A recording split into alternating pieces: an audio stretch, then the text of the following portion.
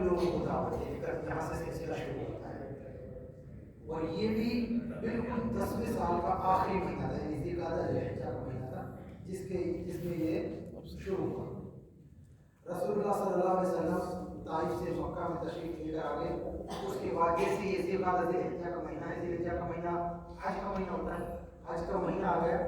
اب شروعات ہوتی ہے. پھر آپ صلی اللہ علیہ وسلم نے اسی سرگرمی ہمت کے ساتھ آپ صلی اللہ علیہ وسلم کو اللہ تعالیٰ کی طرف سے تسلی ملی، وہ فرشتے نازل ہوئے، ہمت آئی.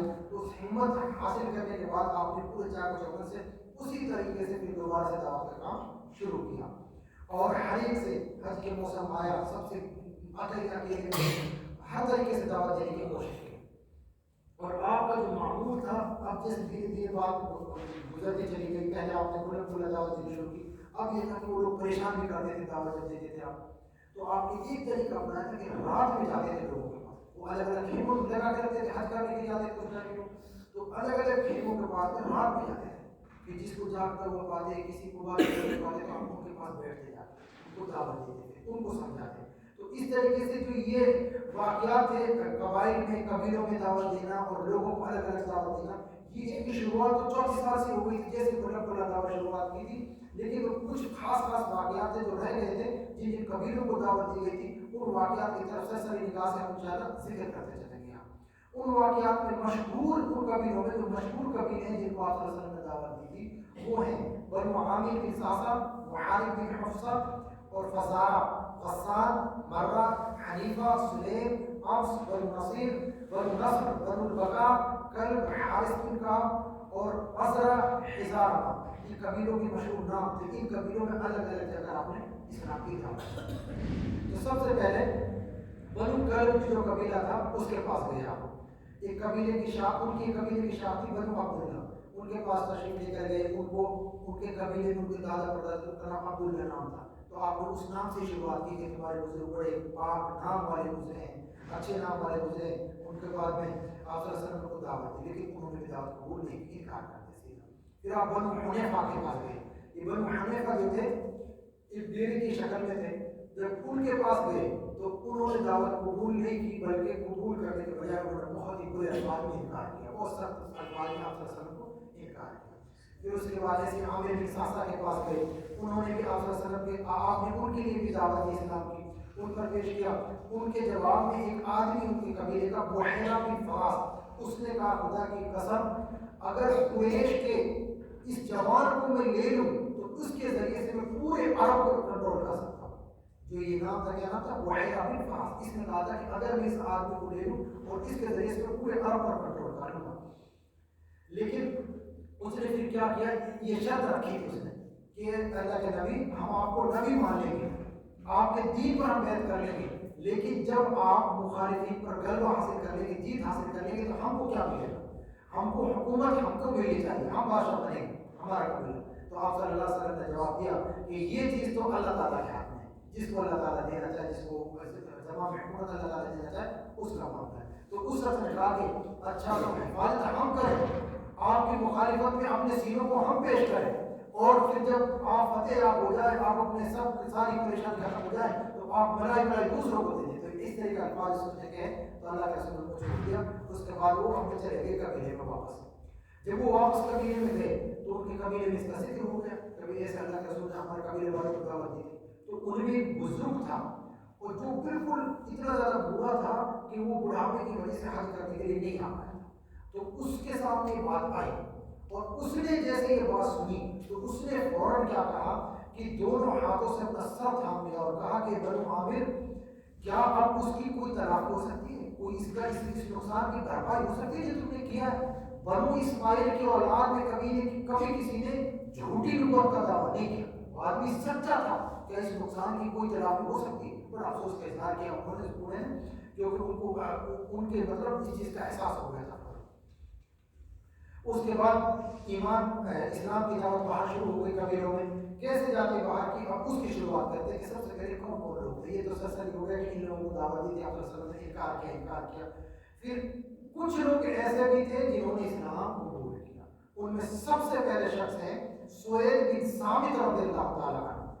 یہ بڑے شخص تھے، بڑے عقل مند تھے، گہری سوجھ بوجھ کے عامل تھے. اور یثرب کے باشندے تھے۔ یثرب کہاں ہے؟ مدینہ۔ یثرب مدینہ کا نام کیا تھا؟ مدینہ تھا۔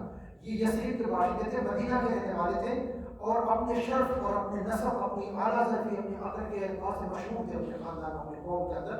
یہ کوئی لقب دیا ہوا تھا کامل، کمپلیٹ، یعنی کہ کامل انسان جس کے اندر کوئی کمی نہیں، ایسا لقب ان کو دیا ہوا تھا۔ یہ حج عمرہ کے لیے مکہ کے اندر تشریف لے کر آئے۔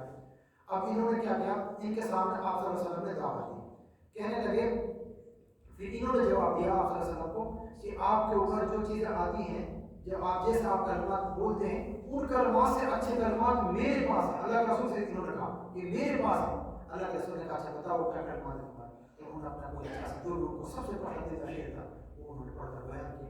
آپ صلی اللہ علیہ وسلم نے کہا میرے پاس اس سے بھی اچھے کلمات۔ آپ صلی اللہ علیہ وسلم نے قرآن کی تلاوت کی، اور جیسے ہی تلاوت کی، کلمات تھے، سمجھدار تھے، شاعر تھے، عربی کے ماہر تھے، جیسے ہی قرآن کی تلاوت کی فوراً آپ صلی اللہ علیہ وسلم کا ہاتھ پر بیٹھ گئے، فوراً مسلمان۔ یہ پہلے جو مسلمان تھے مدینہ والوں میں سے ایک سہیل بن سعد رضی اللہ تعالیٰ۔ اب ایک دوسرا واقعہ ایاس بن معاذ رضی اللہ تعالیٰ عنہ کو، کہ اس کے بارے میں تھوڑا شک ہے، لیکن یہ تھے بنو اوس کے تھے۔ مدینہ کے اندر دو قبیلے مشہور تھے، ایک تو خزرج تھا، ایک اوس قبیلہ تھا۔ یہ دونوں آپس میں جنگ لڑتے رہتے تھے۔ جو خزرج والے تھے ان کی تعداد زیادہ تھی، اور یہ خزرج کے ساتھ میں یہودی بھی ملے ہوئے تھے، اور اوس والے اکیلے پڑ گئے۔ تو اوس کا پورا قبیلہ آیا تھا۔ ایک جنگ ہوئی تھی آپ صلی اللہ علیہ وسلم کے مدینہ جانے سے پہلے، جنگ بعاث کے نام سے مشہور ہے، بڑی خطرناک جنگ ہوئی تھی وہ۔ تو اس وہ جنگ کی تیاری چل رہی تھی، اور اس جنگ میں مدد کے لیے یہ اوس والے کیا آئے کہ ان کو خزرج سے جنگ کرنی تھی، ان کا ساتھ یہودی دے رہے تھے، تو قریش کے ساتھ دینے کے لیے آئے تھے کہ تمہارا بنیاد یہ فلائے رشتہ داری کا حوالہ دے کر وہ وہاں پر آئے۔ آپ صلی اللہ علیہ وسلم کو علم ہوا، آپ صلی اللہ علیہ وسلم فوراً پہنچے۔ جب آپ وہاں پہنچے تو آپ صلی اللہ علیہ وسلم نے ان سے کہا کہ جس تم مقصد کے لیے آئے ہو اس سے اچھا چیز میں تمہارے سامنے، اس سے اچھی چیز میں تمہارے سامنے رکھتا ہوں، تم اس کو قبول کر لو، تمہارے لیے اور زیادہ خیر کا باعث ہوگی۔ لوگوں نے کہا اچھا بتائیے کیا چیز ہے؟ تو وہ آپ صلی اللہ علیہ وسلم نے دعوت دی۔ اس کے بعد کہا کہ وہی چیز کہ تم کلمہ پڑھ لو اور عرب ہو جاؤ، مالک ہو جاؤ، یہ چیز کی تو فوراً ایاس بن جو معاذ، اس نے فوراً کہا کہ بالکل صحیح بات ہے، میں تم سے کہہ رہا ہوں اپنے قبیلے والوں اس بات کو مان لو، تم جب چھوڑو اس بات کو مانو۔ لیکن اس کے بعد ایک دوسرے نام کے ساتھ، دوسرے ان کے کوئی دوسرا قبیلے کا آدمی تھا، ابو الحیثہ بن انس بن رافع کے نام سے، اس نے فوراً ایک مٹی اٹھائی زمین سے اور اس کے اوپر دے ماری ایاس بن معاذ کے کہ تو کیا بیوقوفی کر رہا ہے۔ اس نے اپنے کسی کا نام لیا کہ آپ نے خود کا قسم سکھائی کہ تم ایک مہمان بتاؤ، چھوڑو اس کے بارے میں سارے قبیل مشرک والے، قریش والے ان کے مخالف ہیں، تم ان کو کیا بات کرتے ہو؟ اس کو وہیں چھوڑ دیا۔ اس کے بعد ایاس بن یہ معاذ تھے وہ واپس چلے جاتے، اور قریش والوں نے بھی ان کو منع کر دیا، وہ بھی ساتھ نہیں دیتے، بولے ہم تمہارا ساتھ نہیں دیں گے۔ وہاں سے بھی نا امید ہوتے، دونوں طرف سے نا امید ہوتے۔ اس کے بعد جو بیان کیا جاتا ہے وہاں کے جو صحابہ کرام انہوں نے بیان کیا تھا کہ جو پہلے مسلمان نہیں ہوئے تھے کہ ایاس بن معاذ بالکل وہ موت آ گئی تھی، اس میں بوڑھے تھے، وہ بھی بزرگ کی عمر میں تھے، جب موت آئی تھی تو تکبیر و تحلیل کیا کرتے تھے، اللہ کی تکبیر بیان کرتے تھے، جو کلمات ان کو معلوم ہوئے تھے۔ تو اس سے غالب ہوا یہ تھا کہ مسلمان اسلام پر کی وفات ہوئی۔ یہ دوسرے شخص تھے۔ ایک تیسرا شخص اور تھا، یہ دو جو شخص آئے سہیل بن ثابت، اور یہ ان کے ذریعے سے مدینے کے سائڈ میں یہ چرچا عام ہو گئی تھی، کافی دنوں کے 10 سال کا عرصہ گزر گیا تھا تو عام ہو گئی تھی کہ کوئی ایسے نبوت کا دعویٰ کیا بنو اسماعیل میں سے ایسی ایسی بات ہے۔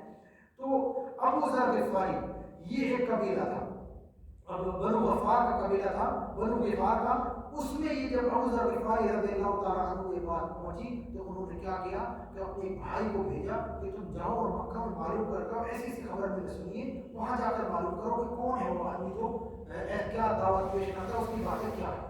ان کے بھائی کو بھیجتے، ان کے بھائی آتے مکہ کے اندر معلوم کرتے ہیں، اللہ کے رسول صلی اللہ علیہ وسلم سے ملتے ہیں، باتیں سنتے ہیں، پھر اس کے بعد واپس چلے جاتے ہیں۔ ابو ذر غفاری رضی اللہ تعالیٰ کہتے ہیں کہ یہ بھائی آ کر مجھے بتایا کوئی اچھی بات نہیں، اس کی تو اچھائی کی دعوت دیتا ہے، بھلائی کی دعوت دیتا ہے۔ پھر کہتے ہیں ابو ذر غفاری رضی اللہ تعالیٰ، بخاری کا پورا واقعہ بخاری میں مذکور ہے، ابو ذر غفاری کہتے ہیں کہ میرے دل کو تسلی نہیں، مجھے سکون نہیں ملا، میں نے خود نے اپنا سامان اٹھایا، چھوٹا اٹھایا اور سیدھا چل دیا مکہ کے لیے، خود معلوم کروں گا تاکہ وہ معاملہ کیا ہے۔ کہتے ہیں کہ میں مکہ میں آ کر ٹھہرا، اب مکہ میں آئے، مکہ کے حالات دوسرے تھے، ان کے تعلق سے کیسے کیسے واقعات تھے، تو میں اپنی زبان نہیں کھول سکتا تھا کہ میں کیسے بتاؤں، کس سے پوچھوں، اور مجھے معلوم بھی نہیں تھا، آپ کی شکل صورت آپ کا علم نہیں تھا۔ میں آ کر کھانا کھاؤں گا، رات ہو گئی تو حضرت علی کا وہاں سے گزر ہو رہا تھا، رات ہو گئی تھی، حضرت علی نے دیکھا کہ کوئی اجنبی ہے، اپنے علاقے چھوٹے بستی چھوٹی تھی، پہچانتے تھے اپنے علاقے کو، بولے اجنبی کوئی، انہوں نے پوچھا کہ کوئی اجنبی ہو کیا،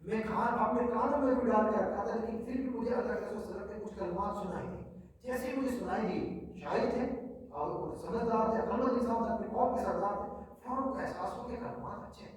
پھر کہتے ہیں کہ میں نے غور و فکر کیا کہ میں اپنے قوم کا سردار ہوں، میں عاقل ہوں، میں شاعر ہوں، آخر میں کیسے بیوقوف بن جاؤں، کسی کی بات میں کیسے آ جاؤں؟ ارے میں اپنا خود فیصلہ لے سکتا ہوں، اتنی عقل تو مجھے دی ہے، میں اپنی پوری قوم کا سردار ہوں، میں اس سے بات کروں گا جا کر کے اور دیکھوں گا، اگر ان کی بات اچھی لگتی ہے تو ٹھیک، لیکن ان کی بات منع کروں گا، کیا مجھ میں اتنی بھی عقل نہیں ہے؟ ایسے انہوں نے اپنے دل میں سوچا اور ہمت کے دوسرے دن پہنچ گیا آپ صلی اللہ علیہ وسلم کے پاس پہنچ گئے، اور اس کے بعد میں آپ صلی اللہ علیہ وسلم کی جو پوری چیز تھی بیان کی کہ مجھے ایسے ایسے انہوں نے کہا، مجھے ایسے ایسے آپ سے دور رکھا، آخر کیا چیز ہے آپ کے پاس ایسے؟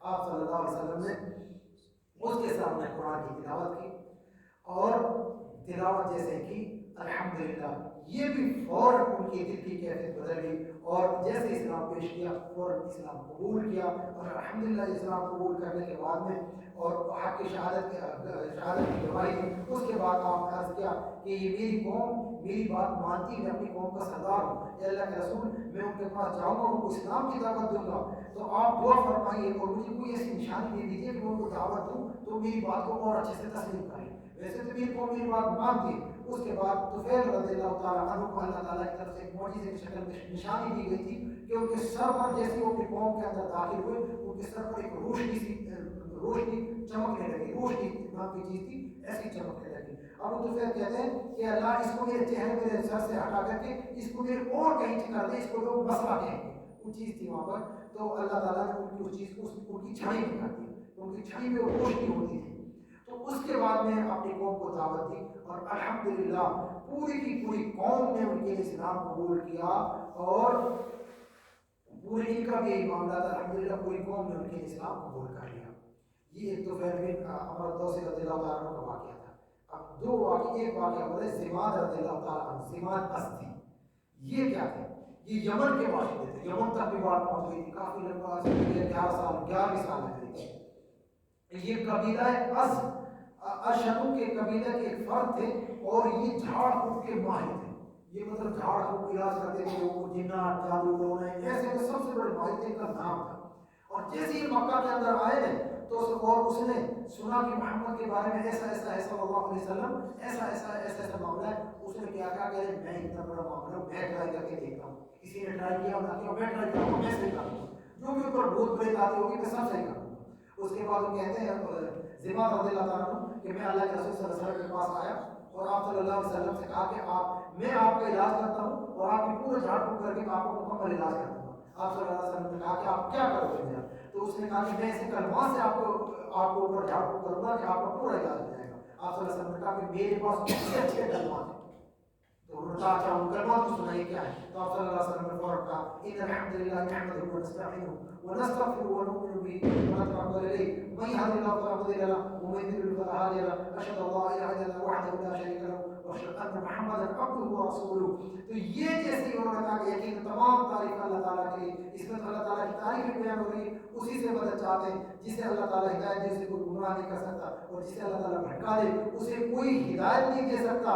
اور میں شہادت دیتا ہوں کہ اللہ کے سوا کوئی معبود برحق نہیں ہے، وہ تنہا ہے، اس کا کوئی شریک نہیں ہے، اور میں گواہی دیتا ہوں کہ محمد صلی اللہ علیہ وسلم اس کے بدلے اس کے رسول ہے۔ اما بعد، آپ نے یہی کہا، یہ الفاظ کہتے ہیں، زمان نے کہا کہ ذرا یہ اپنے کلمات مجھے دوبارہ سنائیے، کون سے کلمات ہیں، کیسے کلمات ہیں؟ آپ نے دوبارہ سنے، پھر انہوں نے کہا تیسری بار سنائی، آپ نے تیسری بار سنے، انہوں نے بار بار سنے اور فوراً وہی پر اسلام قبول کر لیا۔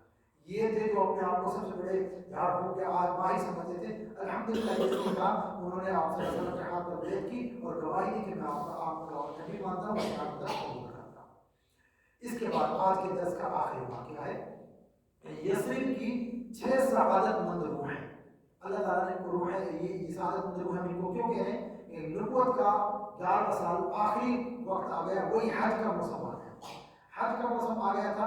ہم نے آپ کو پہلے بھی بیان کیا تھا کہ آپ صلی اللہ علیہ وسلم کا طریقہ کیا اپنا لیا تھا آپ نے کہ رات میں جانے لگے تھے، حج کے موسم رات میں جاتے تھے۔ تو آپ صلی اللہ علیہ وسلم ایک مرتبہ کیا ہوا، ابو بکر رضی اللہ عنہ کو لے کر کے اور علی رضی اللہ عنہ کو لے کر کے تینوں نکلے رات میں، اور پھر ایک قبیلے تھے بنو زہر اور بنو شیبان بن ثعلبہ، ان کے ڈیروں کے پاس سے گزرے، ان کے لیے اسلام کی بات چیت کی اور اسلام پیش کیا ان کے سامنے۔ انہوں نے اسلام قبول تو نہیں کیا، لیکن ہمت والی امید والی بات ہے، اسلام قبول نہیں کیا، فیصلہ نہیں کیا انہوں نے کوئی بھی خاص فیصلہ، لیکن ہمت والی بات کی تھی صبر کے ساتھ میں، انہوں نے صبر کی امید دلائی تھی۔ اس کے بعد آپ صلی اللہ علیہ وسلم آگے بڑھے، اور آگے بڑھے تو جیسے ہی آپ بڑھے تو گھاٹی میں سے گزر رہے تھے تو کچھ لوگوں کی باتیں کرنے کی آواز آئی، آپ صلی اللہ علیہ وسلم ان کی طرف بڑھ گئے، چلو ان کی طرف چلتے، کچھ جانور ہو یہاں پر بات کر رہے ہیں، تو آپ صلی اللہ علیہ وسلم ان کی باتوں کو سن کر ان کی طرف گئے، اور وہ تھے قبیلہ خزرج سے تعلق رکھنے والے۔ قبیلہ خزرج کون سا تھا؟ جو یہودیوں کا حریف تھا اور جو زیادہ طاقت تھے، جو قبیلہ اوس والے تھے انہوں نے انکار کر دیا تھا پہلے، یہ قبیلہ خزرج والے تھے، اور 6 آدمی تھے اور 6 کے 6 قبیلہ خزرج سے تھے۔ اسد بن زرارہ تھا ان کے ایک، اور ایک رافع بن مالک رضی اللہ تعالیٰ عنہ تھے، ایک قطبہ بن عامر بن حدید، ایک عقبہ بن عامر بن نابی، حارث بن عبداللہ بن ربائی، یہ 6 کے 6 قبیلہ خزرج سے تھے۔ ان کے پاس آپ صلی اللہ علیہ وسلم پہنچے، اور ان کے پاس جب پہنچے تو ان سے دریافت کیا کہ آپ لوگ کون کون ہیں، حال چال پوچھا، حال چال پوچھنے کے بعد میں ان سے بات چیت ہوئی، اور بات چیت کے بعد میں اسلام کی دعوت کے طریقے سے اسی طریقے سے آپ صلی اللہ علیہ وسلم نے دعوت دی جیسے آپ کا طریقہ پہلے تھا کہ دیکھو بھائی یہ معاملہ پیش کیا۔ اس کے بعد میں یہ جو تھے نا یہ خزرج والے کس کے حریف تھے، یعنی کس کی حمایتی تھے، ان کی کس کو سپورٹ حاصل تھی مدینہ کے اندر؟ یہودی ہوگی، یہودی ان کے ساتھ تھے اور اوس کے مخالف تھے، تو انہوں نے یہودیوں سے باتیں سن رکھی تھی کہ عنقریب ایک نبی آئے گا، اور وہ نبی جب آئے گا جلد نمودار ہوگا، اس نبی کے ساتھ میں ہم تم سب کو قتل کریں گے۔ ان کے درمیان یہ مشہور تھی بات، ان کی کتابوں میں مشہور تھی یہودیوں کے، تو انہوں نے یہ باتیں ان سے سن رکھی تھی۔ تو جیسے ہی آپ نے ان کو دعوت دی اور نبوت کا دعویٰ پیش کیا کہ میں نبی ہوں، میں رسول ہوں، تو انہوں نے فوراً کہا، کبھی نوجوانوں نے جو لوگ شامل تھے خزرج والے، کہ بھائی یہ تو وہی بات کہہ رہے ہیں جو ہم سے یہودی کہتے ہیں کہ قریب ایک نبی آئے گا اور ہم تمہارے پر فتح حاصل کریں گے، تم کو قتل کریں گے۔ ایسے کرو کہ یہ نہ ہو کہ یہودی ہم سے آگے بڑھ جائیں اور وہ ان کو نبی مان کر کے ہم کو قتل کر لیں، ایسے کرو تم ہی ان کے ہاتھ پر ایمان لے کر آؤ، ان کو نبی مان لو، اور اگر ایسا ہوا یہ نبی ہیں اور پھر کیا کہتے ہیں ان کی وجہ سے ہماری جنگ ہوئی ہے، جنگ بعاث جو سخت جنگ ہوئی تھی، تو یہ جنگ ہوئی اگر ہمارے دونوں قبیلے ان کی وجہ سے مل جاتے ہیں تو یہ بہت بڑی کامیابی ہوگی اور ان کو سب سے اپنا اعلیٰ اور سب سے اپنا محبوب بنا لیں گے۔ تو انہوں نے فوراً 6 کے 6 لوگوں نے اسلام قبول کر لیا، 6 کے 6 لوگ تھے، 6 کے 6 لوگوں نے اسلام قبول کر لیا، اور پھر مدینہ واپس گئے، اور لوگوں میں پھر مدینہ کے گھر گھر میں آپ صلی اللہ علیہ وسلم کی چرچا پھیل گئی۔ اس کے بعد آپ صلی اللہ علیہ وسلم نے یہ 11 سال کی اسی شوال کے مہینے میں آپ صلی اللہ علیہ وسلم نے عائشہ رضی اللہ تعالیٰ عنہ سے نکاح پڑھا تھا۔ نکاح آپ صلی اللہ علیہ وسلم کا ہوا تھا اس وقت، جس بار نکاح ہوا تھا اس وقت آپ عائشہ رضی اللہ تعالیٰ کی جو عمر تھی، جو مختلف روایات سے ملتی ہے، وہ 6 سال کی عمر ملتی ہے، رخصت جو ہے 9 سال کی عمر میں ہوتی ہے۔ اور یہ نکاح کا مقصد بھی آگے انشاءاللہ بیان کریں گے کہ ایسے جو نکاح ہوئے تھے آپ صلی اللہ علیہ وسلم کے بعد میں نکاح ہوتے چلے گئے تھے، کیا تھے یہ سارے کیسے کیسے نکاح تھے، جو خاندانی تعلقات ہیں، ان کی کئی ساری وجوہات ہیں، تو یہ بھی بیان کی جائے گی انشاءاللہ۔ تو آج کا آخری معاملہ یہ تھا کہ مدینہ کے اندر پوری پورا معاملہ ہو گیا تھا کہ اسلام کو نبی آیا ہے اور وہاں کے لوگ کئی سارے مسلمان ہو گئے تھے۔ اس کے بعد میں اسراء و معراج والا واقعہ آتا ہے، اور پھر ایک اور اہم واقعہ جو آئے گا وہ ہوگا خزرج والے، اوس والے اور سارے لوگ آئیں گے اور وہ اسلام قبول کریں گے انشاءاللہ، دھیرے دھیرے آئے گا۔ ہم نے آپ کے سامنے یہ بیان کیا تھا کہ انشاءاللہ اس کے بعد جیسے جیسے آگے گزرتے جائیں گے خوشی ہوگی، اچھا محسوس ہوگا۔ تاریخ کے جو اصل اوراق ہے جہاں پر مسلمانوں کی ترقی کے راز اور ترقی کی جو سیڑھیاں طے کی مسلمانوں نے آگے بڑھنے کی، وہ یہیں سے شروعات ہوتی ہے الحمدللہ۔ یہ اب دھیرے دھیرے لوگوں میں اور قبیلے تک میں دعوت پہنچ چکی ہے۔ اللہ تبارک تعالیٰ سے دعا ہے اے رب العالمین ہمیں سیرت محمدیہ کو سمجھنے اور اس کے مطابق زندگی گزارنے کی توفیق عطا فرما اے رب العالمین۔ ہمیں اس سیرت سے، سیرت نبی سے نصیحت حاصل کرنے کی توفیق عطا فرما اے رب العالمین۔ ہمارے اس عمل کو ہمارے لیے صدقہ جاریہ بنا اے رب العالمین، ہماری زندگی میں تبدیلی پیدا کرنے کی توفیق عطا فرما اے رب العالمین۔ ہمیں اسلامی تعلیمات پر، اسلامی احکامات پر عمل کرنے کی توفیق عطا فرما اے رب العالمین۔ ہمارا خاتمہ ایمان پر عطا فرما آمین وآخر دعوانا الحمدللہ رب العالمین۔ کسی بھائی کو کچھ سوال ہو؟